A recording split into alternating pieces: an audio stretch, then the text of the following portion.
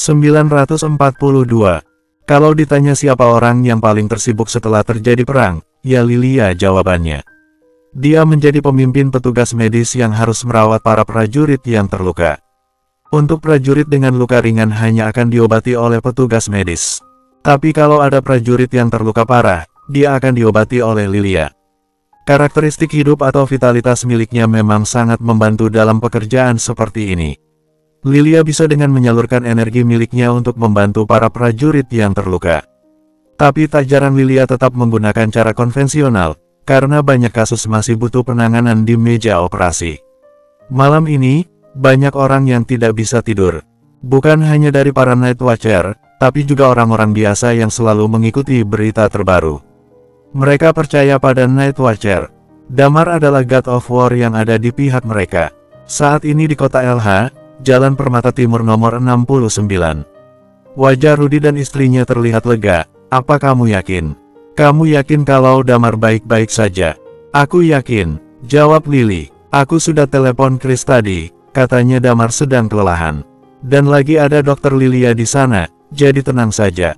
Syukurlah, syukurlah, kata Maya sambil mengelus dada. Anak itu tidak pernah menghubungiku. Aku sangat khawatir setengah mati. Aku telepon berapa kali pun tetap saja tidak ada jawaban. Jelas saja, tidak mungkin sinyal provider milik bumi bisa terjangkau di Eternal Planet. Lily tersenyum sambil mengelus pundak Maya. Aku sudah bilang, kan, jangan khawatir. Sekarang, orang paling kuat adalah Damar. Aku yakin dia sedang menjalankan misi, terbukti dari ghost yang tidak pernah muncul. Maya mengangguk, semoga dia selalu sehat. Padahal aku kira dia akan segera menikah. Seharusnya memang begitu, jawab Lily. Sebelum dia pergi, aku sempat membahas sedikit tentang pernikahannya. Memang benar, setengah tahun lalu Lily sempat membicarakan soal pernikahan. Di tengah kegembiraan akan kemenangan para prajurit Night Watcher, malam berlalu dengan tenang. Damar tidak melakukan apa-apa setelah itu, sebagian besar hal ditangani oleh Hugo. Semua yang terluka di kota BJ juga sudah mulai dilarikan ke berbagai rumah sakit dengan cepat. Tentu saja, Lilia masih tidak bisa pergi kemana-mana. Dia masih harus menangani korban yang terluka dan memastikan mereka bisa melewati masa kritis. Setelah lewat masa kritis, Lilia baru bisa lepas tangan. Masalah pernikahan, sepertinya Lilia dan Damar tidak terlalu terburu-buru. Mereka masih memiliki 4 bulan tersisa di bumi. Setelah istirahat di kota BJ selama 3 hari, tubuh Damar kian membaik. Dia terluka parah, tapi kemampuan pemulihan yang dimiliki tubuhnya juga bekerja dengan baik. Apalagi dibantu dengan karakteristik vitalitas milik Lilia, tentu saja Damar terhitung pulih dengan cepat. Pada hari keempat, Damar membahas sesuatu dengan Lilia. Damar memutuskan untuk pergi ke kota LH sendirian. Dia ingin menemui orang tuanya, dan sekaligus mencari informasi mengenai Balwin. Saat Lilia sudah selesai dengan para pasien, Damar akan pergi ke rumah omnya Lilia bersama orang tuanya untuk melamar Lilia. Damar dan Lilia sudah sangat serius untuk menghabiskan waktu bersama sebagai partner hidup. Foto prewed juga sudah selesai dilakukan, tapi Damar tetap harus mengikuti proses yang berlaku. Meminta izin orang tua, melamar Lilia, lalu menikah. Damar tinggal di kota LH selama beberapa hari. Dia menghabiskan waktu dengan keluarga, makan bersama beberapa teman seperti Binar dan yang lainnya. Kalau dibandingkan dengan di planet lain, tentu saja Damar lebih nyaman di bumi. Dari makanan hingga orang-orangnya. Bahkan selama di LH, Gladys menelepon Damar dan mengajak makan bersama. Sekarang Gladys sudah menjadi istri orang. Tentu saja Damar tidak mengiyakan ajakan itu, lebih baik menghindar daripada menimbulkan masalah di lain hari. Setelah 5 hari di kota LH, Lilia memberi kabar kalau harus tetap membantu menangani prajurit yang terluka setidaknya selama setengah bulan lagi. 5 hari kemudian, Damar, Chris, dan Raisa sampai di kota GC. Mobil sudah disiapkan untuk Damar dan yang lainnya di bandara kota GC. Damar duduk di kursi samping kemudi dan Raisa duduk di kursi belakang. Oh, iya, Tante Raisa, apa kamu mau ikut kami ke Eternal Planet beberapa bulan lagi? Tanya Damar. Boleh juga, jawab Raisa. Bagas membawa wanita yang baik setelah kembali dari sana, mungkin aku juga bisa. Tante, kata Chris dengan sungguh-sungguh, cari yang usianya sama. Kalau kamu cari berondong, sepertinya dia hanya akan jadi peliharaan atau pesuruhmu. Mau mati ya? Kata Raisa sambil melotot. Yah, Raisa sudah terbiasa dengan gaya bercanda Chris. Damar tersenyum dan berkata, mungkin bisa. Oh, iya, aku akan kenalkan seseorang padamu. Nama panggilanmu kan Catwoman, nah nama orang ini Nona Cat. Dia juga suka kucing, kalau tidak salah dia punya seekor kucing yang bisa berubah warna tergantung keadaan. Hah, mata Raisa berbinar, aku juga mau satu. Damar tersenyum dan berkata, nanti kamu tanya sendiri bagaimana caranya melatih kucing seperti itu. Ketua, kali ini Chris tiba-tiba menyela. Sepertinya kamu belum mendengar soal ini. Apa? Soal mantan istrimu, Sisi Raharjo. Kata Chris, aku dengan dari Binar, dia sedang menjalin hubungan dengan orang Navis Group. Entah manajer atau apa jabatannya, aku lupa. Tapi Binar belum memecat laki-laki itu. Damar tertawa, lalu memiringkan kepalanya. Kenapa? Biarkan saja, aku sudah tidak memiliki hubungan apapun dengannya. Kami sudah tidak punya perasaan satu sama lain. Mungkin dulu memang ada rasa benci, tapi aku sudah melupakannya, sambung Damar sambil mengangkat kedua bahunya. Hah, kata Chris, kamu terlalu santai. Hei, bocah, aku ini ketuamu. Berhenti bermain-main, urus saja dirimu sendiri. Pikirkan mau kamu apakan para perempuan koleksimu itu. Kata Damar sambil mengerutkan kening. Chris dan Damar sudah seperti teman sendiri, tapi Damar lebih tua daripada Chris. Aku, kata Chris sambil mengangkat bahu. Aku ini berbeda denganmu. Saat sudah menikah, hanya akan ada satu wanita di sisiku. Aku akan pensiun dan menyerahkan seluruh hidupku padanya. Kamu pikir gampang jadi aku? Lihat, aku ini sangat tampan. Tapi aku harus menyerahkan semuanya pada satu wanita. Aku hampir menangis setiap malam kalau memikirkan hal ini. Damar ingin mendepak bocah tengil ini dari mobil. Tapi Damar hanya mengangguk muak. Bagaimanapun Chris memang sangat tampan. Walaupun apa yang dia katakan sedikit berlebihan, tapi Damar hanya mengangguk daripada harus mendengar ocehan Chris yang membuatnya semakin muak. Jalanan menuju Flat Village sudah diperbaiki. Kita sudah sampai, kata Chris. Damar membuka kaca mobil dan melihat ke arah desa kecil itu. Desa yang familiar untuknya, tidak ada yang berubah selain jalanan yang semakin bagus dan terarah. Rumah warna merah juga masih ada. Bersambung, 943. Damar dan yang lainnya akan menetap di sini dalam beberapa hari untuk menyelidiki Balwin. Damar masih tidak bisa percaya, Balwin yang dia percaya sangat jujur akan memiliki kekuatan Undying Flame dan menjadi ahli bela diri. Bagaimana soal rumah itu? Apa penduduk desa tidak ingat apapun? Tanya Damar. Tidak, ini sangat aneh. Bahkan penduduk desa juga terkejut saat melihat rumah bata merah itu. Kata Chris, Ketua, sebenarnya ada berapa dan apa sebenarnya karakteristik itu? Apa orang lain bisa memiliki karakteristik untuk menghapus karakteristik milik orang lain? Damar menyentuh dagunya sambil berpikir, banyak hal aneh yang satu persatu muncul. Apa kamu ingat soal karakteristik iman yang disebut clown? Itu kan juga aneh. Dia bisa mengendalikan kesadaran orang lain. Chris mengangguk dan berkata, aku tidak tahu akan punya karakteristik apa setelah mencapai tingkat Undying Flame. Jujur saja, aku sangat menantikannya. Chris memarkir mobil di sisi jalan, Damar keluar dari mobil sambil berkata, soal itu tidak bisa dijelaskan atau dijawab saat ini, kamu akan tahu sendiri saat waktunya tiba. Ayo kita pergi ke rumah bata merah dulu dan melihat keadaan di sana, kata Damar. Setelah kejadian itu, rumah itu kosong.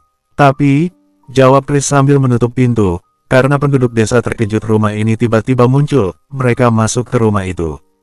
Yah, kalau sudah ada banyak orang yang menjamahkan pasti sedikit banyak ada yang berubah atau rusak. Kami datang sedikit terlambat waktu itu.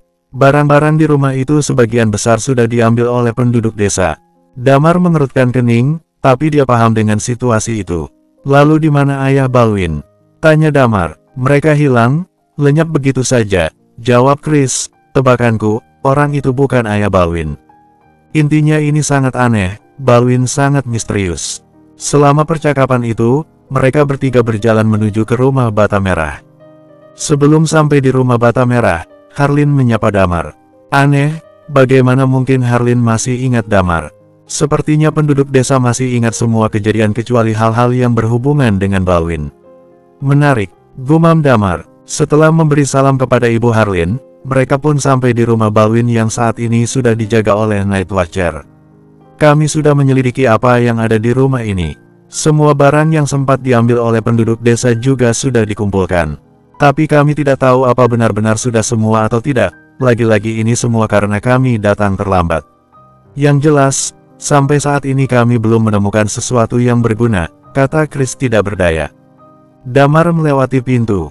Tidak banyak yang berubah, masih sama seperti terakhir Damar berkunjung ke sini. Masih ada kursi goyang di depan rumah. Damar masih ingat terakhir kali dia datang, Balwin sedang duduk dengan wajah tidak berdaya. Damar berjalan ke dalam ruangan, memeriksa sebentar tapi tidak menemukan sesuatu yang aneh. Damar merasa ada yang aneh saat melihat ke tembok rumah. Ada apa? Tanya Raisa. Damar meraba-raba tembok lalu berkata, aku merasakan aura energi sejati yang sangat lemah di sini. Aku tidak merasakan apapun, kata Chris sambil ikut meraba tembok. Hahaha, minggir sebentar, kata Damar sambil memukul pelan tembok itu. Dengan mengalirkan sedikit chi sejati, dinding itu bergetar. Lubang tercipta karena aliran energi Damar. Tapi kalau dilihat dari lubang itu, sepertinya ini sengaja dibuat sebelumnya. Di dalam lubang itu ada kotak yang berisi sebuah surat. Apa ini? Gumam Damar. Chris segera mendekat sambil berkata, sial. Kenapa aku tidak merasakan apapun sebelumnya? Damar tersenyum sambil berkata, kalau kamu belum mencapai tingkat Eternal Undying Flame, sulit untuk bisa merasakan energi barusan. Damar mengambil surat itu. Ada satu kata yang tertulis di surat itu, Damar sang ahli. Balwin ini cukup menarik, kata Damar. Berarti dia sudah memprediksi kalau kamu akan datang ke sini dan mencarinya. Tanya Chris sambil memicingkan matanya. Jelas dia bukan orang sembarangan. Satu pukulannya saja bisa melukai Master Mo. Master Mo juga bilang padaku, kalau Balwin mau, dia bisa membunuh Master Mo. Orang yang terlihat polos itu. Tapi kenapa dia tidak terlihat seperti ahli bela diri sebelumnya? Apa dia sengaja menyembunyikan kekuatannya? Kata Chris. Damar menggelengkan kepalanya dan berkata, siapa yang tahu? Dia terlalu misterius, ayo kita lihat dulu apa yang dia tulis untukku. Damar merobek bagian atas amplop. Ada 2 lembar kertas di dalamnya. Aku tidak akan ragu dan sangat yakin kalau orang yang akan membaca surat ini pasti kamu, Damar. Pasti kamu, tapi aku tidak tahu kamu butuh waktu berapa lama untuk menemukan surat ini. Tenang, Mina sangat aman. Dia ikut aku ke dunia ini, aku tidak bicara soal bumi atau akhirat. Tapi tempat lain, di sini, tidak ada yang berani melakukan apapun pada Mina. Aku menjaganya dengan sepenuh hati. Jadi kamu tidak perlu mencarinya, dia sangat aman bersamaku. Selanjutnya yang akan aku sampaikan ini adalah soal kamu, soal tulang milikmu dan tentang aku. Aku tidak tahu apa kamu ini bisa disebut beruntung atau malah tidak. Saat ingatanku pulih, harusnya aku langsung membunuhmu. Tapi aku tidak bisa menemukanmu. Dan karena satu dan lain hal, aku harus meninggalkan dunia ini. Jadi, aku terpaksa harus pergi lebih cepat. Mungkin ini saat yang tepat kalau kamu mau berterima kasih. Selain itu, aku ingin memberimu secuil berita soal Ghost. Ghost berasal dari planet lain, jauh sekali. Planet mereka disebut Eternal Planet. Mata Damar menyipit begitu membaca kalimat ini.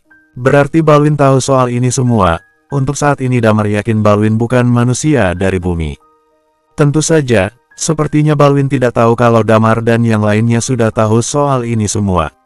Damar sudah pergi ke Eternal Planet. Aku sangat mengagumimu, kepribadianmu, karaktermu, semuanya. Kalau bukan karena suatu alasan, mungkin kita bisa jadi teman baik. Sayangnya kamu memiliki tulang naga, dan membuat kita tidak ditakdirkan untuk berteman. Kita, tepatnya aku harus puas hanya dengan jadi musuhmu. Suatu saat nanti, aku akan kembali. Kamu harus berlatih lebih keras lagi untuk melawanku. Jadilah lawan yang sepadan untukku. Kalau kamu pergi ke Eternal Planet, berhati-hatilah. Jangan sampai kamu bertemu denganku, karena aku akan membunuhmu saat itu juga. Jangan dendam, ini sudah jadi tugasku. Orang ini, dari mana sebenarnya dia berasal? Apa maksud dari semua yang dia tulis? Jadi, dia bersembunyi di bumi dan hilang ingatan. Kata Chris. Damar menghela napas dan berkata, sekarang, aku hanya bisa berspekulasi. Sepertinya Balwin berasal dari Hades Palace. Bersambung. 944. Orang Hades Palace. Maksudmu Balwin? Dia orang Hades Palace? Tanya Chris tidak percaya. Damar mengangguk dan berkata, benar, dari semua data yang terkumpul, aku merasa kemungkinan besar dia adalah orang Hades Palace. Dia ada di Eternal Planet, sedangkan Hades Palace pernah menguasai Eternal Planet. Lalu sekarang, Eternal Planet jatuh ke tangan 8 kekuatan utama. Kalau dilihat dari apa yang dia tulis, dia akan membunuhku. Di Eternal Planet, yang bisa memiliki kepercayaan diri begitu besar ya hanya 4 keluarga besar kota Phoenix atau orang-orang yang tersisa dari Hades Palace. Sekarang setelah dia kembali ke Eternal Planet, aku khawatir dia akan mencari cara memulihkan kekuasaan Hades Palace. Aku tidak tahu cara apa yang akan dia gunakan. Apalagi orang dari Hades Palace bisa menguasai binatang buas dan menyuruh mereka memulai serangan gelombang binatang. Kata Damar, kita tidak bisa meremehkan Hades Palace. Mungkin kita akan tahu situasi yang lebih spesifik saat kita ke Eternal Planet dalam beberapa bulan lagi. Kata Damar, hanya satu hal yang bisa kita pastikan, Minamu sekarang baik-baik saja. Chris dan Raisa mengangguk. Balwin memiliki perasaan tulus untuk Mina, mereka semua bisa merasakan hal itu. Meskipun mungkin ada beberapa perubahan soal sifat Balwin setelah ingatannya pulih, Mina tidak perlu takut tentang hidupnya. Kalau sampai Hades Palace berhasil menguasai Eternal Planet lagi, sudah jelas mereka akan kembali menyerang bumi. Mungkin dulu bumi kalah dari Hades Palace yang terkenal sebagai bajak laut antariksa itu karena perbedaan peradaban. Dahulu, bumi masih sangat primitif. Iya, tapi seharusnya Hades Palace menyerang bumi tidak dalam waktu dekat, kan? Kata Chris. Bagaimanapun juga, Eternal Planet harusnya tidak mudah untuk digulingkan. Kita hanya bisa berspekulasi. Kita akan menyelidiki hal ini setelah kembali ke Eternal Planet. Kata Damar, ada beberapa informasi yang tidak diketahui Damar karena sudah kembali ke bumi. Fakta soal Balwin yang sudah mengumumkan bangkitnya Hades Palace. Sedangkan Balwin juga tidak tahu kalau Damar sudah pernah ke Eternal Planet. Surat itu sudah ditulis setengah tahun lalu, dan selama itu mereka tidak tahu apa yang terjadi satu sama lain. Untung saja kita mendapatkan surat ini. Setidaknya bisa membawa sebuah titik terang untuk keluargamu yang khawatir, kata Damar, tapi kita harus bersiap kalau misi kita bertambah saat pergi ke Eternal Planet nanti. Sepertinya kita akan mendapatkan misi tambahan untuk mencari Mina dan menyelamatkannya. Kontribusi keluargamu cukup besar. Saat Damar pertama kali datang ke Gunung Siwa, keluargamu memberinya dukungan penuh dan menjadi penjembatan untuk Damar berhasil masuk ke dalam Burial Ground. Kemudian, saat invasi kedua yang dilakukan Ghost, semua orang penting di keluargamu terjun dan bertarung bersama Night Watcher. Sekarang Mina dalam bahaya, tentu saja Damar tidak bisa tinggal diam. Apa kita kembali sekarang? Tanya Chris. Damar mengangguk dan berkata, ya, karena tidak ada lagi yang bisa dilakukan, kita pergi dulu. Dalam beberapa bulan ke depan, kamu tidak boleh malas. Terus berlatih untuk mencapai tingkat kekuatan Undying Flame secepatnya. Chris menundukkan kepalanya, tapi mencapai Undying Flame itu sangat sulit. Setelah 1 bulan kamu pergi, aku berhasil mencapai Half Undying Flame. Tapi mandek sampai sekarang, aku tidak bisa bergerak dari Half Undying Flame. Walaupun efek dari tulang abadi sangat bagus, tapi tidak besar lagi. Damar tahu hal ini, 4 keluarga besar kota Phoenix juga menginginkan tulang abadi yang ada di bumi. Apalagi keadaan mereka saat ini yang kehilangan kekuatan. Mereka akan sabar menunggu untuk bergerak merebut tulang-tulang yang ada di bumi. Seperti Chris yang memanfaatkan energi tulang ajaib untuk bertambah kuat. Untuk saat ini, 4 keluarga besar kota Phoenix tidak memiliki kekuatan untuk kembali menyerang bumi. Jadi, dalam beberapa bulan ini, Damar akan fokus mengurus masalah pernikahannya. Damar membawa surat itu dan berkata, ayo kita pergi ke markas Night Watcher, aku ingin bertemu Dr. T. Orang ini pasti tahu lebih banyak. Chris mengangguk dan berkata, sebenarnya aku tidak tahu kenapa si sialan itu masih hidup sampai saat ini. Kenapa tidak langsung ditebas saja lehernya? Otaknya masih sangat berguna, kita harus memanfaatkannya terlebih dahulu. Aku ingin bumi lebih maju lagi dalam bidang teknologi dan sains. Kalau kita berhasil membuat dia mengeluarkan semua informasi soal penelitian-penelitian yang dia lakukan, sudah dipastikan kalau bumi bisa mengejar ketertinggalannya dari planet lain. Tapi kalau Dr. T bungkam, maka jalan buntu, kata Damar. Pasti Dr. T sedikit banyak memiliki hubungan dengan Hades Palace. Bisa dilihat dari cairan yang pernah Damar temukan di Hades Palace. Padahal cairan itu belum pernah dibuat besar-besaran dan diperjualbelikan. Lilia hanya membuat jenis obat penawar yang harus diminum setiap 1 bulan sekali, itu pun hanya untuk menahan rasa sakit. Lilia belum bisa membuat obat penawar seutuhnya. Damar mungkin bisa mengorek sesuatu soal Hades Palace dari mulut Dr. T. Mereka bertiga pergi dari Flood Village. Desa ini sudah mulai berubah dan menjadi layaknya desa-desa yang lain. Jalannya sudah diperbaiki dan karena Night Watcher aktif keluar masuk, desa ini tidak lagi tertinggal dari dunia luar. Dulu mereka membutuhkan waktu 4-5 jam untuk mencapai Flood Village. Tapi sekarang setelah jalanan diperbaiki, mereka bisa pergi lebih cepat. Setelah itu mereka segera naik pesawat dan pergi ke markas Night Watcher. Setelah menunjukkan surat dari Balwin ke Iman dan yang lainnya, mereka segera memberitahu kebenaran ini kepada keluarga Mou. Saat Master Mou dan Yeri Mou mendengar berita soal Mina, mereka terdiam untuk waktu yang lama. Memikirkan langkah apa yang harus diambil. Setelah beberapa saat berunding, Yeri memutuskan untuk ikut Damar pergi ke Eternal Planet. Mina adalah putrinya, pengorbanan Mina untuk keluarga mereka sudah terlalu banyak. Mina harus tinggal di Flood Village selama 10 tahun dan terpaksa menikah.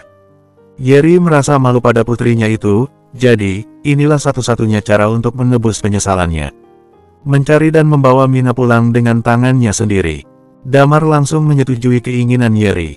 Kekuatan yang dimiliki Yeri seperti satu lapis lagi menuju tingkat Undying Flame. Hanya masalah waktu sebelum dia bisa menembus tingkat Undying Flame. Saat dia ikut ke Eternal Planet, seharusnya tidak ada masalah. Setelah negosiasi, Damar berkata, "Antar aku bertemu Dr. T, sudah waktunya aku menyapanya. Sebelum kamu menemuinya, ada satu hal yang ingin aku katakan dan meminta persetujuanmu." Tiba-tiba Hugo menyela. "Apa itu?" tanya Damar. "Soal pernikahanmu dengan Lilia. Sebagian besar Night Watcher sudah tahu soal ini, tentu saja mereka tidak bisa hadir semua," kata Hugo. "Aku yakin kamu juga akan menyebar undangan, tapi Night Watcher dari seluruh dunia ingin kamu menyiarkan pernikahanmu. Mereka ingin pernikahanmu ada siaran langsungnya." Bersambung 945. Hah, Damar tertegun mendengar ucapan Hugo, siaran langsung ke seluruh dunia. "Benar," Hugo mengangguk dan berkata, "tentu saja keputusan ada di tanganmu. Kalau kamu tidak mau ya tidak masalah." Damar terdiam sejenak lalu berkata, "Sebenarnya aku tidak terlalu peduli. Tapi ini soal Lilia, dia orang yang rendah hati dan aku takut dia tidak suka." "Belum tentu," kata Hugo sambil tersenyum. "Aku akan tanya pada Lilia setelah dia kembali dari kota BJ." "Berarti kalau Lilia setuju, pernikahan kalian akan disiarkan langsung, ya?" "Baiklah," angguk Damar. Setelah itu, Damar berjalan ke penjara bawah tanah yang ada di markas. Di ruangan interogasi, Dr. T sudah didudukkan di sana. Penampilan Dr. T kini sedikit berbeda, dia sudah memiliki janggut panjang. Karena pusat energi miliknya sudah dihapus oleh Damar, tanda-tanda penuaan yang seharusnya dia miliki mulai bermunculan. Terlihat dari rambutnya yang mulai memutih. Saat Dr. T melihat Damar, dia sedikit terkejut. Kemudian dia duduk di kursi dan berkata, "Aku tidak menyangka kamu datang menemuiku.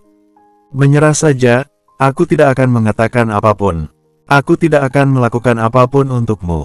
Aku selalu mengira kalau kamu itu anjing peliharaan 4 keluarga besar. Tapi aku tidak menyangka ternyata kamu anjing Hades Palace," kata Damar sambil tersenyum. "Sepertinya kamu cukup setia pada mereka." Saat mendengar hal ini, Dr. T terlihat sangat terkejut. Dia melihat Damar dan berkata, "Ini pertama kalinya aku bertemu denganmu setelah kamu tahu soal hal ini. Kalau kamu sudah tahu soal Hades Palace, sebaiknya kamu juga harus tahu betapa menakutkannya mereka. Seberapa banyak hal yang kamu tahu soal mereka? Siapa yang menghubungimu? Apa mereka datang ke bumi? Atau mereka mengirimimu pesan dari sana?" tanya Damar. "Aku sudah bilang sebelumnya, aku tidak akan mengatakan apapun," kata Dr. T. Di sebelah Damar, Chris terlihat menahan emosi. Jelas saja, dari awal Chris adalah orang yang sedikit keberatan karena Dr. T tidak langsung dihabisi. Baginya, Dr. T ini sudah menyebabkan kerusakan terlalu besar. Setelah beberapa saat, Damar membisikkan sesuatu pada Chris. Chris pergi keluar ruangan dan panggil Raisa. Aku tahu kamu ingin mengorek banyak hal dariku, kan, cibir Dr. T. Oh, apa sekarang kamu menyimpan banyak informasi supaya kami takut membunuhmu? Kamu ingin bungkam dan menunggu majikanmu datang ke bumi dan diselamatkan, kata Damar sambil tertawa. Dr. T tidak menjawab, tapi jelas itu adalah hal yang ada di pikirannya. Kamu tidak menyangkal, berarti benar apa yang aku katakan. Selama ini kami tidak membunuhmu karena berpikir penelitianmu akan berguna untuk perkembangan teknologi di bumi. Tapi sekarang, aku baru saja kembali dari Eternal Planet dan membawa banyak buku tentang sains dan teknologi dari sana. Hal-hal yang ada di kepalamu itu sudah aku miliki, kata Damar sambil memiringkan kepalanya. Satu-satunya hal yang berguna dari mulutmu sekarang adalah soal Hades Palace. Damar, kata Dr. T, aku sudah tahu kemana arah pembicaraanmu ini. Tidak usah bermain-main dan sok menyerang psikisku. Aku tidak takut mati. Walaupun kamu ingin membunuhku, terserah. Aku tetap tidak akan bicara. Damar mengusap janggutnya dan berkata, sangat keras kepala. Masuk. Saat ini, Chris masuk sambil membawa sebuah botol dan berkata, ini dia. Damar mengambil botol itu. Saat Dr. T melihat botol yang ada di tangan Damar, wajahnya mendadak ketakutan. Apa yang akan kamu lakukan? Ya, dia mengenali botol itu.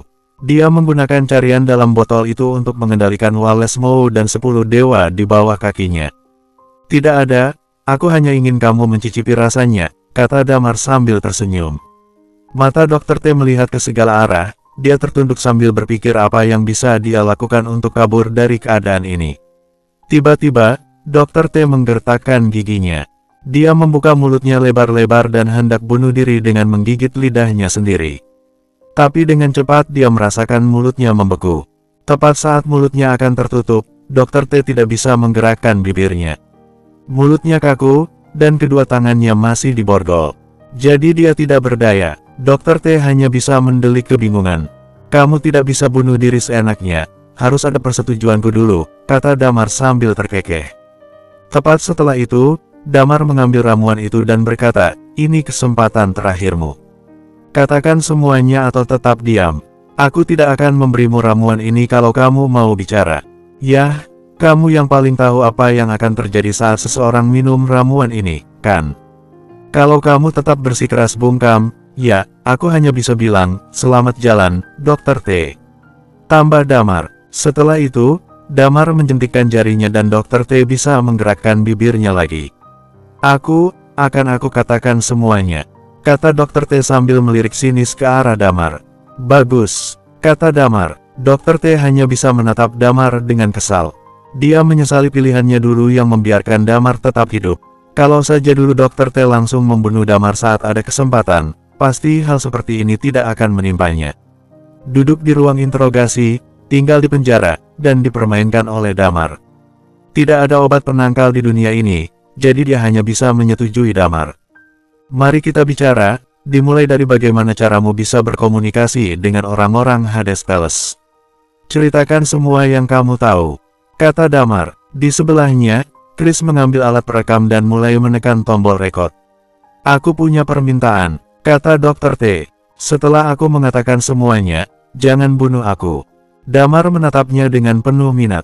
Padahal sebelumnya dia masih sangat kaku, tapi saat Damar bisa membalikkan keadaan, Dr. T mulai memohon untuk tetap hidup. Itu tergantung pada apa yang akan kamu katakan, kata Damar. Dr. T menggertakkan giginya dan mulai bercerita, saat Iman terluka parah setelah membunuh Gold Ghost. Saat itulah aku bertemu seorang pria di kota BJ. Dia terlihat masih muda. Saat itu, aku tidak tahu apa-apa soal tingkat Undying Flame. Tapi aku bisa merasakan dia bukan orang sembarangan. Aku melihatnya, aku yakin aku bertemu dengan orang itu. Tapi kemudian dia mengangkat salah satu tangannya dan kemudian aku tidak bisa mengingat apapun tentang dia, kata Dr. T.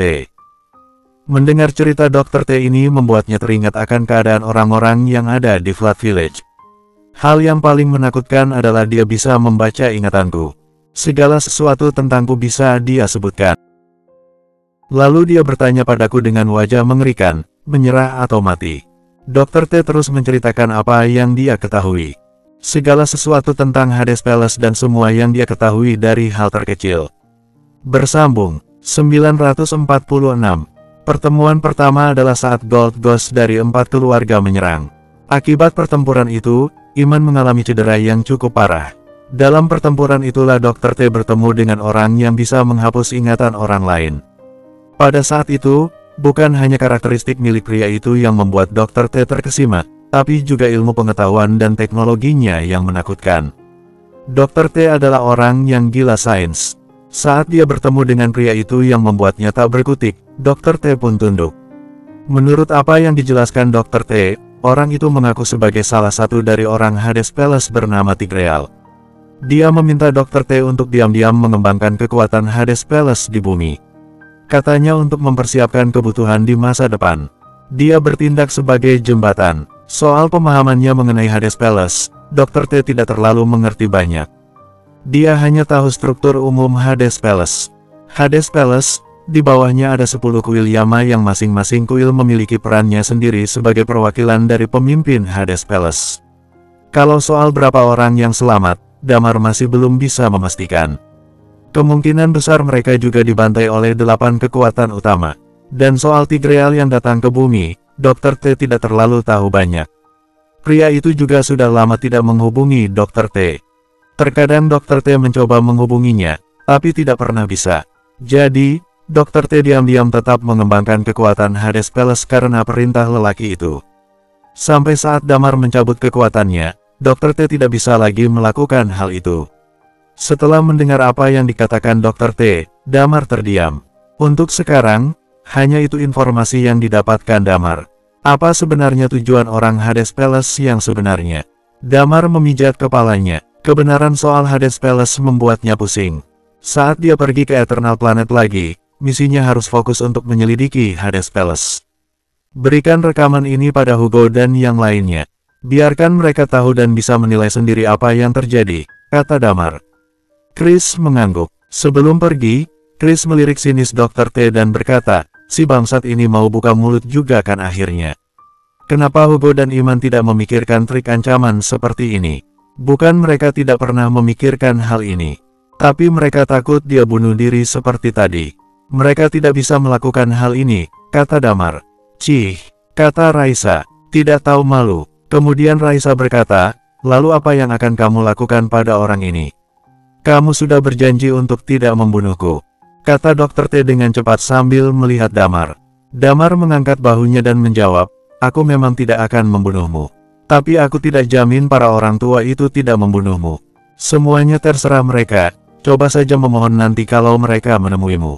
Setelah mengatakan itu, Damar dan yang lainnya meninggalkan ruangan interogasi.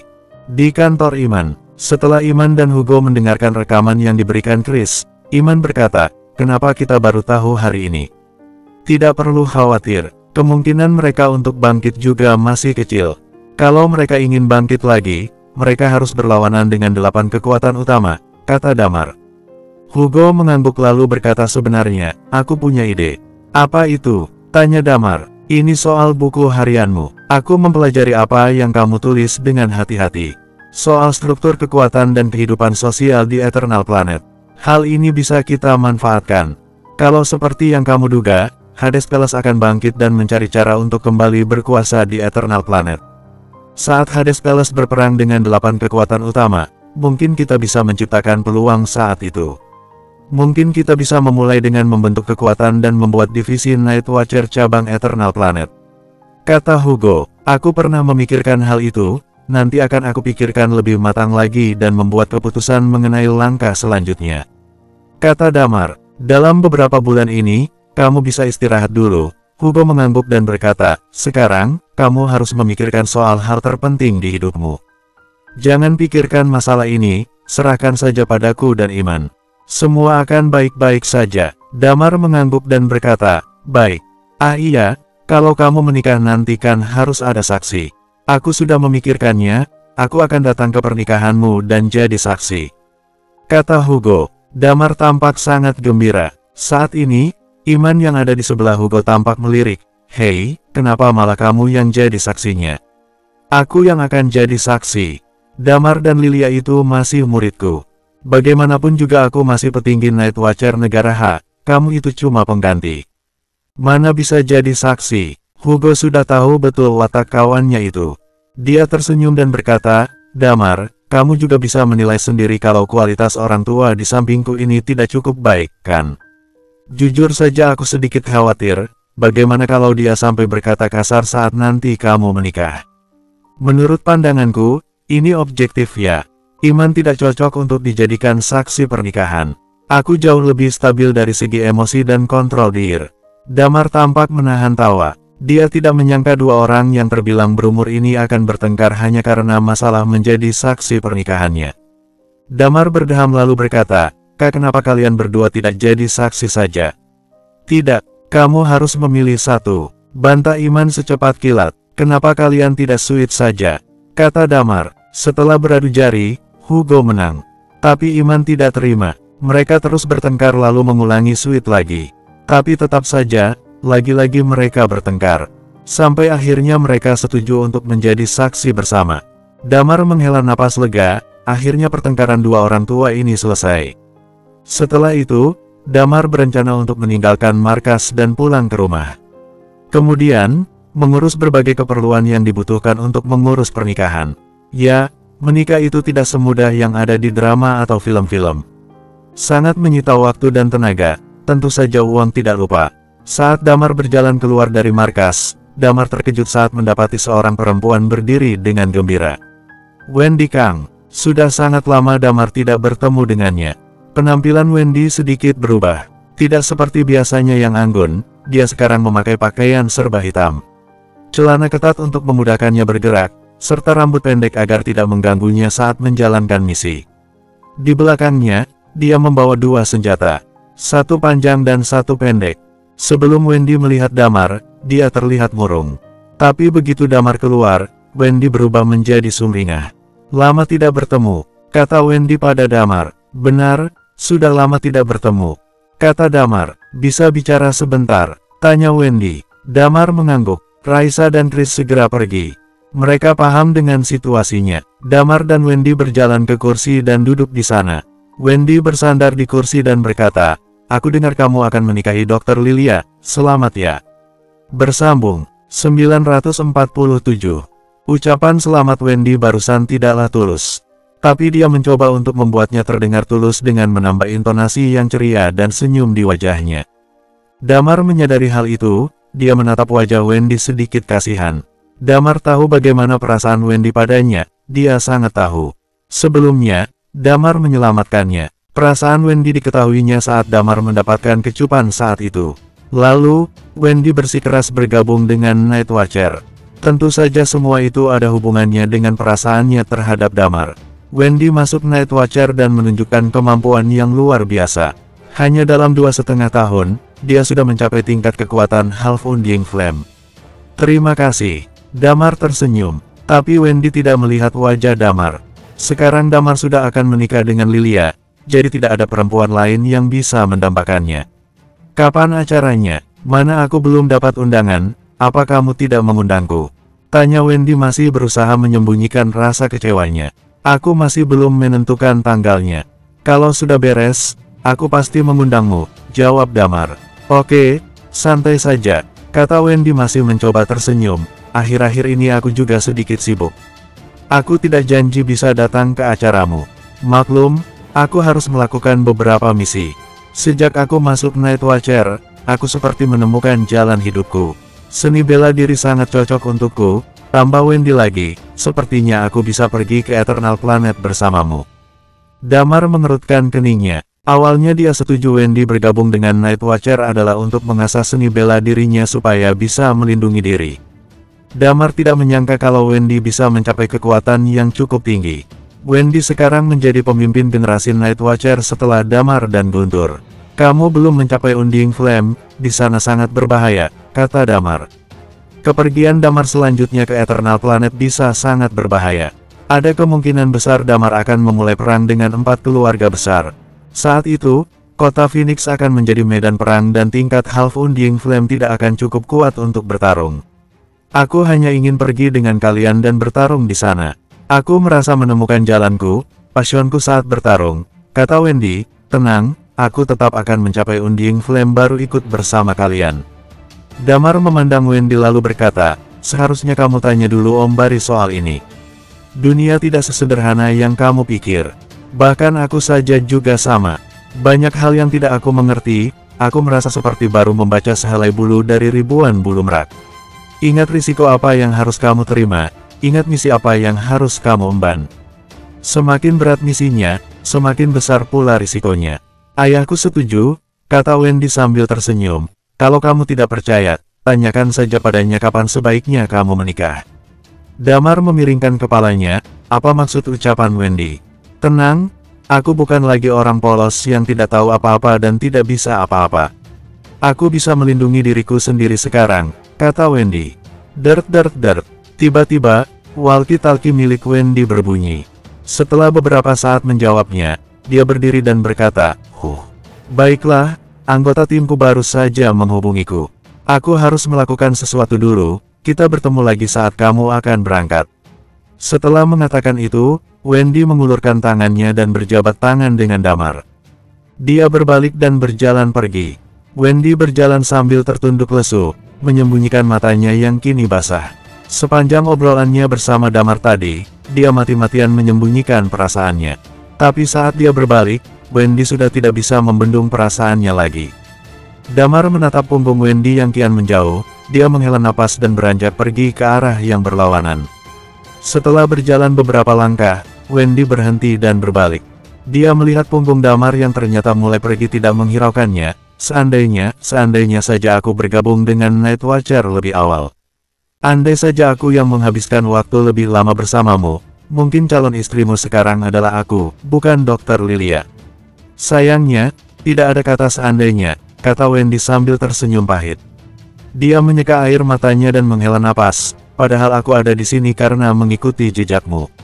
Aku sudah membayangkan betapa bahagianya saat bisa berdiri di sampingmu dan bertarung bersama. Aku juga membayangkan saat nanti kamu terluka dan aku yang akan menyelamatkanmu, seperti apa yang kamu lakukan padaku. Sekarang, sepertinya aku sudah kehilanganmu selamanya. Tujuanku sekarang hanyalah seni bela diri. Gumam Wendy sambil berdiri tegak mengatur posturnya. Damar meninggalkan markas Night Watcher. Dia naik pesawat kembali ke kota LH. Damar bisa bersantai untuk beberapa hari selanjutnya. Dia menghabiskan waktu bersama orang tuanya. Lalu menghabiskan waktu bersama Chris dan yang lainnya. Tanpa sadar, setengah bulan sudah berlalu. Akhirnya Lilia kembali dari tugasnya. Pernikahannya sudah ditetapkan akan diurus setelah Lilia selesai bertugas. Dan hal yang membuat Damar tidak bisa berkutik adalah kenyataan bahwa Lilia setuju untuk menyiarkan pernikahan mereka. Tapi syarat yang diajukan Lilia adalah tamu undangan yang hadir khusus keluarga dan teman. Sisanya hanya boleh menonton lewat siaran langsung. Night Watcher pun setuju. Kemudian, saat Damar bertanya apa alasannya, Lilia memberikan jawaban yang sangat sederhana. Kalau disiarkan secara langsung ke seluruh dunia, artinya mereka berdua bisa lebih santai karena yang mengurus adalah Night Watcher bukan mereka. Damar setuju dengan pikiran Lilia ini. Karena pernikahan mereka akan disiarkan langsung, tentu saja akan dibantu oleh Night Watcher. Binar sudah menyiapkan rumah mewah untuk rumah baru yang akan ditinggali Damar dan Lilia. Undangan untuk keluarga dan teman juga sudah mulai disebarkan. Night Watcher juga sudah mengumumkan berita dan tanggal pernikahan Damar dan Lilia. Sebagai pahlawan banyak orang, Damar menerima dukungan dari seluruh dunia. Tentu saja, beberapa orang yang mengenal mereka berdua sudah menantikannya. Di kota LH, di sebuah rumah, Gladys duduk di depan jendela. Benar, ini adalah rumah Gladys. Dia sedang duduk di ambang jendela sambil memegangi sebuah buku. Di dalam kamarnya itu, ada beberapa parfum yang dipajang. Dia sedang melihat tablet miliknya yang menampilkan foto prewedding Damar dan Lilia. Konsep foto prewedding itu tidak pernah Gladys lihat sebelumnya. Setiap konsepnya sangat out of the box. Damar dan Lilia foto dengan sebuah mobil yang terlihat melayang. Mereka berdua duduk di mobil itu dengan wajah yang bahagia. Dari foto prewedding saja sudah membuat iri banyak wanita. Gladys, sebuah suara terdengar. Gladys yang mendengar suara itu, buru-buru mematikan tabletnya lalu menoleh. "Kakak, ada apa?" tanya Gladys. "Apa Damar mengundangmu?" "Kalau iya, ajak aku ya," kata Rizky. "Kamu ingin datang ke pernikahan Damar?" tanya Gladys sedikit kesal. Rizky terlihat malu, Dia menggaruk kepalanya yang tidak gatal dan berkata, "Yah, aku juga ingin menunjukkan wajahku di sana." Damar sekarang memiliki dampak yang besar. Kalau aku ada di pernikahannya dan wajahku ikut disorot, bayangkan ada berapa banyak orang yang akan melihatku. Kamu tahu, kan, kalau pernikahan Damar akan disiarkan langsung ke seluruh dunia. Nama keluarga kita juga akan dikenal semua orang. Gladys terkejut mendengar alasan kakaknya. Dia terduduk kecewa. Setiap hari, setiap waktu, apapun itu hanya untuk nama keluarga. Semuanya akan kamu korbankan termasuk kebahagiaan adikmu sendiri. Apa kakak pernah sekali saja berpikir, kalau kamu tidak membuat Damar menjauh dariku, mungkin yang berdiri sebagai pengantin wanita adalah aku. Tapi sekarang, dia mau menikah dan wanitanya bukan aku, kata Gladys sambil menatap mata kakaknya yang keterlaluan itu. 948. Rasa bersalah muncul di benak Rizky. Sebenarnya, dia juga menyesal menjauhkan Gladys dari Damar saat dulu mereka dekat. Tapi Rizky merasa tidak sepenuhnya bersalah. Dulu, reputasi Damar di kota LH sangat tidak baik di mata banyak orang. Damar terkenal sebagai pemerkosa. Kalau Rizky membiarkan adiknya terikat dengan orang seperti itu, dia akan dikecam oleh keluarga dan dianggap memotori nama keluarga. Pada saat itu, tidak ada yang mengira kalau Damar adalah seorang prajurit Night Watcher dan sangat kuat. Bahkan dulu tidak ada yang tahu apa itu Night Watcher. Banyak orang yang tidak tahu hal ini. Rizky percaya kalau membujuk Damar pergi adalah keputusan yang baik untuk masa depan Gladys. Tidak ada yang tahu bagaimana masa depan. Pernikahan Damar saat ini bisa menjadi batu loncatan menurut Rizky. Damar dan Lilia sudah mengumumkan akan mengundang saudara dan teman. Kalau Rizky sampai hadir di pernikahan itu, berarti dia menjadi orang yang beruntung dan dianggap dekat dengan Damar. Mengingat bagaimana besarnya nama Damar sekarang, hal ini tentu saja akan berdampak pada nama keluarga Sitara dan bisnis keluarga. Rizky memandang Gladys sambil menghela napas. Itu semua sudah berlalu. Aku tidak dapat undangan. Mana mungkin dia mengundangku? Oke, bisa saja Damar ingin mengundangku, tapi apa kamu pikir Lilia akan setuju begitu saja? Kata Gladys kesal. Lalu Dinda bagaimana? Damar kan bisa saja mengundang dia.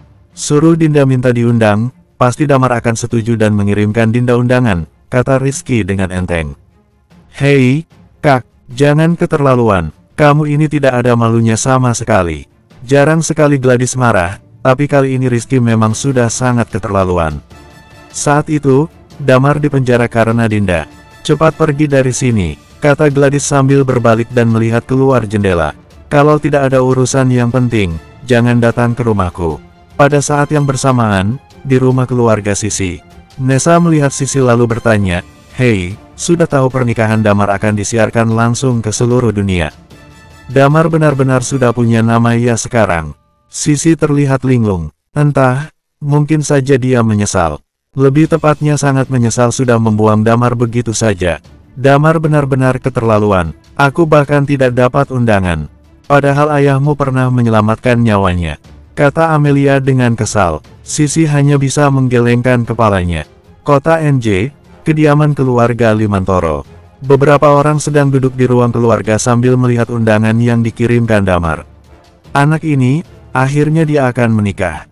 Sudah ku bilang kalau dia bisa mendapatkan yang lebih dari orang ini.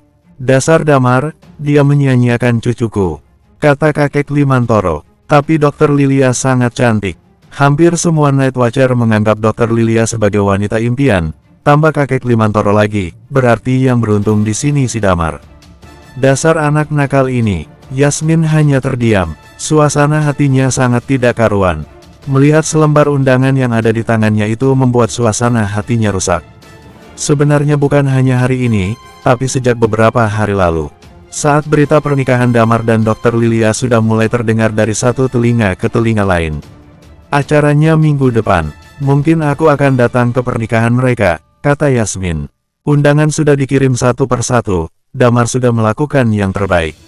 Setelah pernikahan diputuskan akan disiarkan langsung, Damar juga harus memilih lebih teliti lagi siapa yang akan dia undang secara pribadi.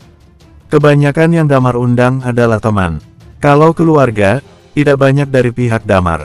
Dia sudah tidak berhubungan lagi dengan keluarga dari ayahnya. Jadi kebanyakan adalah keluarga dari pihak ibunya, dan itu sudah diurus kedua orang tuanya. Jadi, Damar memberikan undangan untuk teman-temannya. Sebagian teman yang dia undang adalah orang-orang yang dia kenal saat menjalankan tugas dan teman dari Night Watcher. Damar sangat memutar otak. Dia sangat sadar bagaimana pengaruh namanya saat ini, jadi Damar hanya akan mengundang orang yang sekiranya tidak menimbulkan masalah. Tentu, untuk menghindari kesalahpahaman, Damar tidak mengundang Gladys. Meskipun sebagian besar acara disiapkan oleh Night Watcher, Damar tetap merasa lelah karena banyak orang yang datang ke rumahnya. Banyak orang yang sampai datang ke rumahnya hanya untuk meminta undangan. Contohnya, keluarga Ardiansyah. Setelah beberapa kali invasi Ghost, penghasilan keluarga Ardiansyah menurun. Apalagi setelah banyak orang yang tahu kalau keluarga Ardiansyah bermasalah dengan Damar, banyak yang memutuskan kontrak dengan perusahaan keluarga Ardiansyah. Pendapatan mereka menurun tajam, keluarga Ardiansyah sudah berdiri di depan jurang. Jadi, mereka ingin datang ke pernikahan Damar dan menunjukkan kepada seluruh dunia kalau keluarga Ardiansyah dan Damar sudah baik-baik saja. Mereka ingin mengembalikan nama baik dan mengembalikan kejayaan mereka.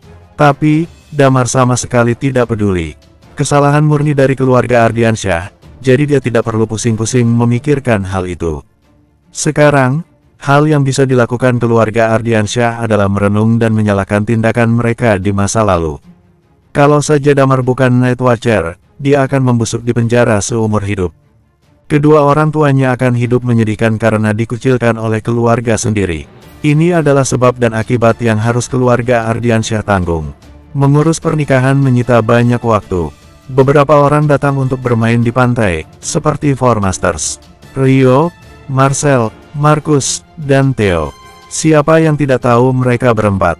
4 anak muda kaya di kota NJ. Damar beruntung, berkat bantuan Chris dan yang lainnya persiapan acara bisa diselesaikan tanpa masalah. Tapi Damar menyadari sesuatu, dia hanya akan menikah 1 kali seumur hidup. Dia tidak tahan mengurus segala sesuatunya. Kalau saja bisa memilih, Damar lebih suka melawan 2 orang tingkat Undying Flame ketimbang mengurus pernikahan. Tanpa disadari, hari pernikahan sudah tiba. Tepat hari ini, Damar dan yang lainnya sudah berada di bumi selama 2 bulan sejak kedatangan mereka dari Eternal Planet. Damar dan yang lainnya tidak akan pernah tahu apa yang terjadi setelah mereka meninggalkan Eternal Planet. Kota Harapan. Di pusat kota, pertempuran hebat sudah terjadi. Tampak darah yang mulai mengering di setiap jalan, bau anyir juga tercium di mana-mana. Balwin berdiri dengan gagah. Dia melihat ke pesawat yang ada di depannya dengan wajah meremehkan. Apa? Kalian mau membunuhku? Kalian kira kalian ini siapa bisa membunuhku? Kata Balwin. Seorang lelaki yang ada di pesawat itu terlihat pucat. Sekarang, aku akan menyelamatkan hidupmu. Pergi dan beritahu penguasa di sini, beritahu mereka kalau Hades Palace sudah kembali. Kalau mereka ingin bertarung, aku tunggu di Kota Harapan. Mulai hari ini, Kota Harapan sudah menjadi wilayah kekuasaan Hades Palace. Ingat, ini baru permulaan. Bersambung, 949. Pernikahan Damar dan Lilia diadakan di sebuah hotel resort di pinggiran kota LH. Tempat ini memiliki taman yang cukup luas, pemandangan indah, dan sumber air panas. Hotel resort ini benar-benar sangat nyaman. Ini adalah hotel resort bintang 5 milik Navis Group. Fasilitas dalam hotel resort ini sangat bagus dan lengkap. Tapi khusus untuk hari ini, semua kamar dikosongkan. Tidak ada tamu yang datang kecuali tamu undangan Damar dan Lilia.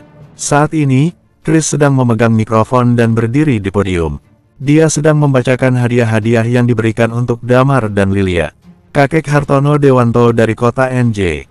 Beliau memberikan kartu berlian dan sepasang batu giok. Keluarga Limantoro memberikan sepasang gelang giok. Dari kota JC, Bapak Barikang memberikan. Dewan bertugas di sebelah Chris untuk menerima hadiah dari para tamu. Sial, kamu malah tertawa lagi, kata Chris dengan kesal. Kenapa aku harus di sini? Aku seperti pelayan hotel. Bukan begitu, aku begini karena bahagia, kamu sih belum menikah. Jadi tidak paham apa yang kami rasakan, kata Dewan sambil tersenyum. Saat ini, Dewan bertugas mencatat tamu yang datang beserta hadiah yang mereka bawa. Catatnya pelan-pelan, aku akan pergi lihat ketua dulu. Tadi dia hampir dibunuh Talia karena ingin menjemput keluarganya, kata Chris. Aku lihat dulu apa dia gugup. Dia pasti gugup. Aku sudah pernah ada di posisinya, kata Dewan dengan bangga. Di seluruh hotel, ada kamera di mana-mana. Siaran langsung juga telah dimulai. Pernikahan ini akan menjadi acara paling heboh sepanjang masa. Dua pahlawan Night Watcher melabuhkan hatinya satu sama lain. Damar dan Lilia sedang duduk di belakang panggung pernikahan. Mereka sedang duduk di depan laptop untuk menyapa penonton dari seluruh negara. Bagaimanapun, semua orang sangat menantikan pernikahan mereka. Jadi, Damar dan Lilia akan memberi salam demi semua orang yang peduli dan mendoakan pernikahan mereka.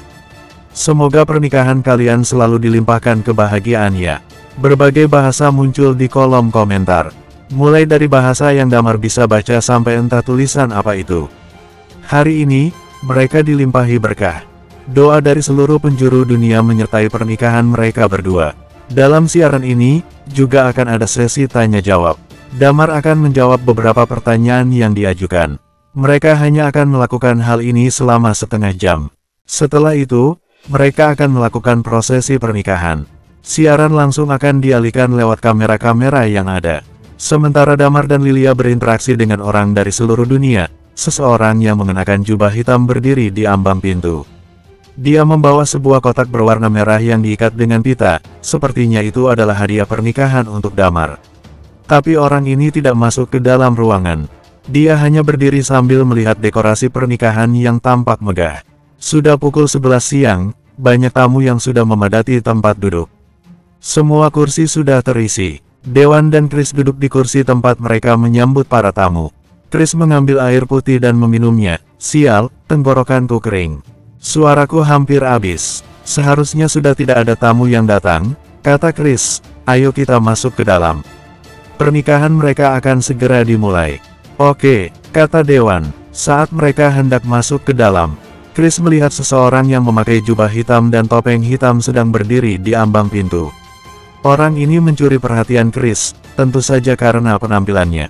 Siapa orang yang datang ke pernikahan dengan memakai jubah hitam dan topeng?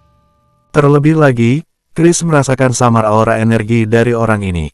Siapa kamu? Tanya Chris. Hehehe.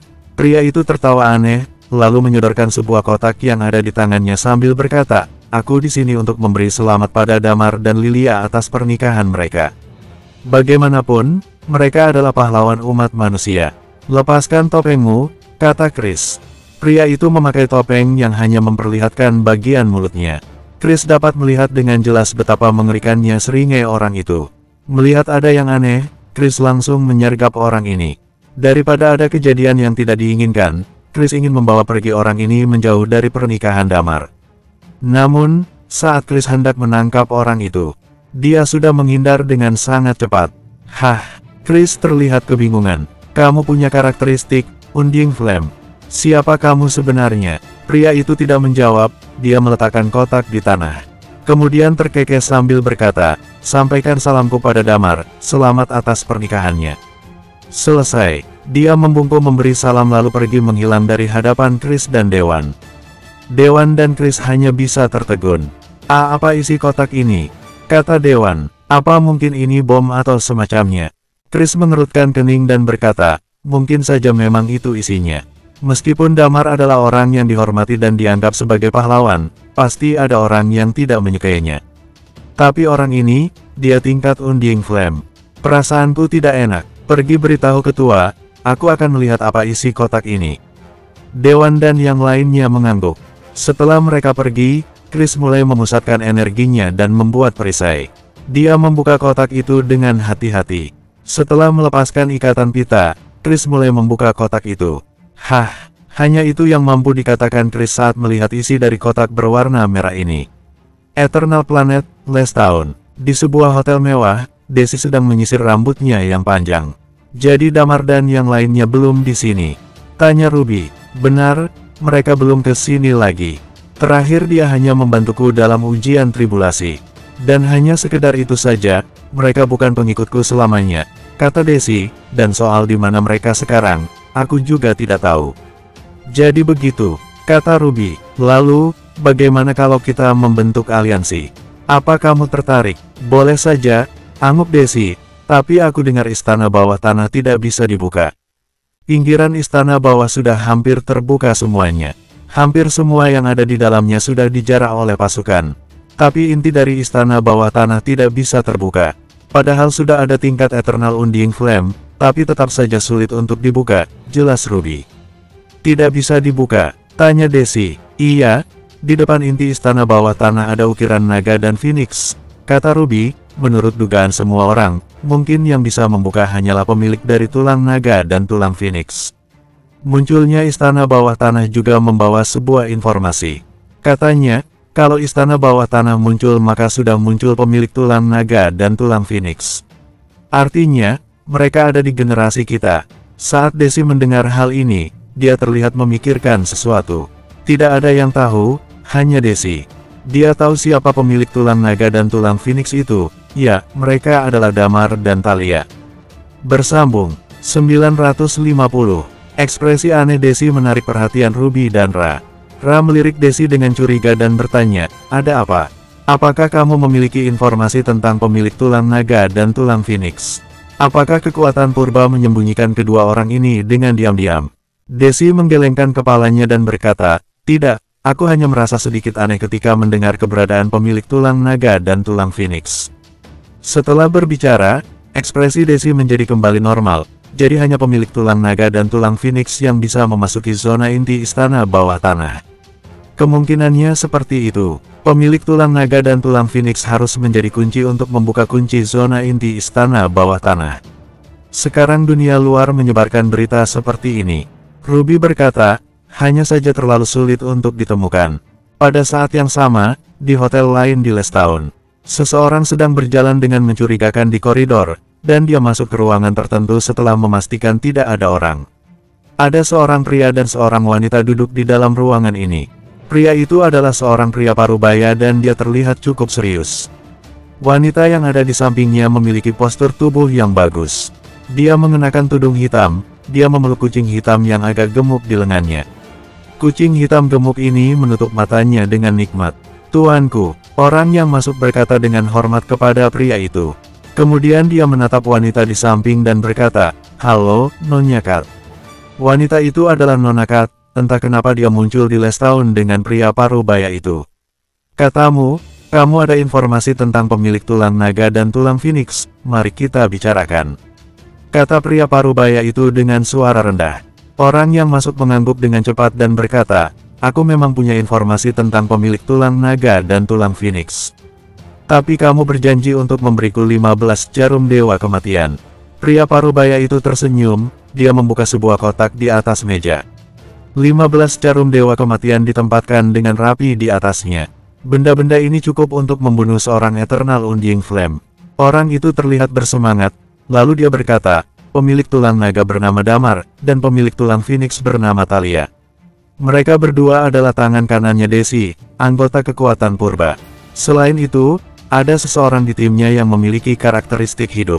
Karakteristik hidup, tangan pria parubaya itu sedikit bergerak. Pemilik tulang naga, pemilik tulang phoenix, dan ditambah seorang mempunyai karakteristik hidup. Orang-orang ini dikumpulkan bersama, ini sesuai dengan hukum atraksi karakteristik langka. Benarkah? Tanya pria parubaya itu. Benar, orang yang masuk mengangguk cepat. Tenang, apa yang aku janjikan padamu tidak akan berubah.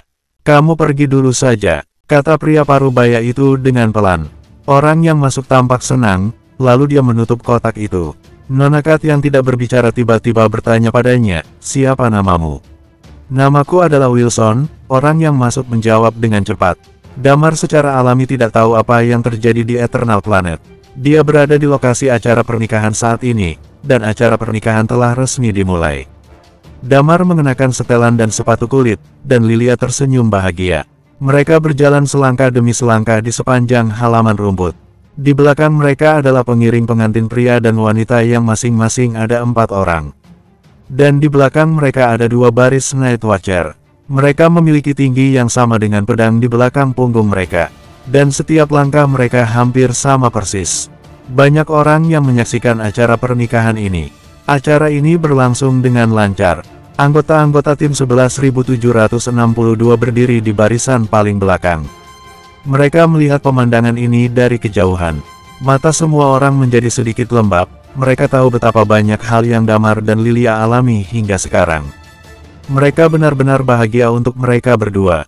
Sial, Guntur menyeka matanya yang basah dan berkata, aku benar-benar iri padanya. Dewan meliriknya lalu bercanda, tidak apa-apa, kamu masih ada ibu pemilik kontrakan. Jika kamu tidak puas, kamu juga dapat menemukan seorang ibu pemilik kontrakan lagi. Sialan kau, Guntur memelototinya. Mereka duduk di barisan depan, Chris memegang sebuah kotak dan berjalan ke depan. Kenapa kamu baru datang ke sini? Guntur bertanya sambil menatapnya. Ada yang tidak beres. Baru saja seorang Undying Flame tiba-tiba datang dan memberikan benda ini, kata Chris. Guntur melirik ke dalam kotak itu, lalu dengan cepat menutupnya. Dia melihat sekeliling dan berkata, apakah orang itu masih di sana? Dia sudah pergi. Chris menggelengkan kepalanya dan berkata lagi, karakteristiknya cukup aneh. Kita akan bicarakan ini setelah pernikahan selesai. Guntur berkata dengan suara yang rendah. Damar yang di atas panggung masih sedikit gugup, tetapi dia tetap bisa merasakan sesuatu yang aneh dengan Chris dan lainnya. Dia melontarkan ekspresi penasaran kepada mereka. Chris dengan cepat memberi isyarat padanya untuk menyelesaikan pernikahan terlebih dahulu. Acara pernikahan berjalan sangat lancar dan tidak ada kecelakaan selama ini. Semua orang mulai berjalan ke hotel untuk makan. Lilia pergi mengganti pakaian. Damar melompat turun dari atas panggung dan bertanya, ada apa dengan kalian? Chris berbicara singkat tentang masalah ini. Setelah mendengarnya, Damar melihat sekeliling dan berkata, ayo kembali ke kamar dan membicarakannya. Anggota wanita tim 11.762 tidak ada di sini. Hanya ada para pria saat ini. Mereka semua sedang berkumpul di suatu ruangan saat ini. Melihat isi kotak itu, semua orang terdiam beberapa saat. Ada dua boneka di dalam kotak merah, satu laki-laki dan satu perempuan. Tubuh kedua boneka itu diisi dengan jarum perak dengan tulisan mati di tengahnya. Yang paling penting adalah bahwa tulisan mati ini tidak ditulis dalam bahasa mereka, sedangkan berasal dari bahasa Universal Eternal Planet. Ada kompartemen di tengah-tengahnya. Setelah dibuka, ada makam berbentuk piramida di bagian bawah. Di depan makam, ada dua batu nisan yang sangat kecil. Nama Damar dan Lilia juga tertulis di atas dengan bahasa Eternal Planet. Hanya anggota tim 11.762 yang mahir dalam bahasa Eternal Planet di bumi. Selain mereka, Anita dan Madan juga mengerti bahasa ini. Tidak ada yang mengerti bahasa ini lagi, termasuk Iman. Dan orang-orang yang mengerti bahasa itu semua berada di lokasi acara pernikahan. Semua orang bertingkat Undying Flame yang mereka kenal di bumi juga berada di lokasi acara pernikahan. Ini membuat Chris dan yang lainnya merasa kaget. Ada kemungkinan besar bahwa orang yang memberikan kotak itu berasal dari Eternal Planet. Mungkinkah orang itu adalah orang dari Hades Palace yang dikatakan oleh Dr. T sebelumnya? Chris bertanya. Mungkin saja. Damar mengerutkan kening dan berkata, jika ini masalahnya, tidak apa-apa. Pengaruh mereka di bumi mungkin tidak terlalu kuat, yang aku khawatirkan hanya. Dia terdiam sebentar lalu berkata lagi, masalah ini perlu ditanggapi dengan serius. Jika kita telah menjadi sasaran kekuatan selain 4 keluarga besar dari Eternal Planet, aku khawatir itu akan sedikit merepotkan. Guntur, kamu bisa pergi ke pintu nanti dan lihat apakah ada karakteristik yang tersisa. Mungkin kamu dapat melacaknya. Damar berpikir sejenak dan kemudian berkata, ajaklah Thalia bersamamu. Thalia sudah bertingkat Eternal Undying Flame, Guntur akan jauh lebih aman jika pergi bersama dengannya. Guntur mengangguk dan berkata, aku akan menangkap orang itu.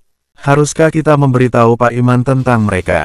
Dewan bertanya, aku akan memberitahu padanya setelah acara pernikahan selesai.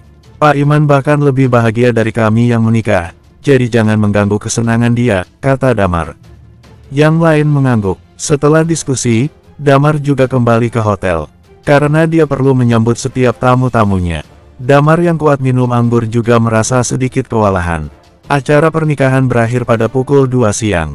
Dia dan Lilia memiliki perasaan yang sama bahwa menikah terlalu melelahkan daripada melakukan misi. Bersambung.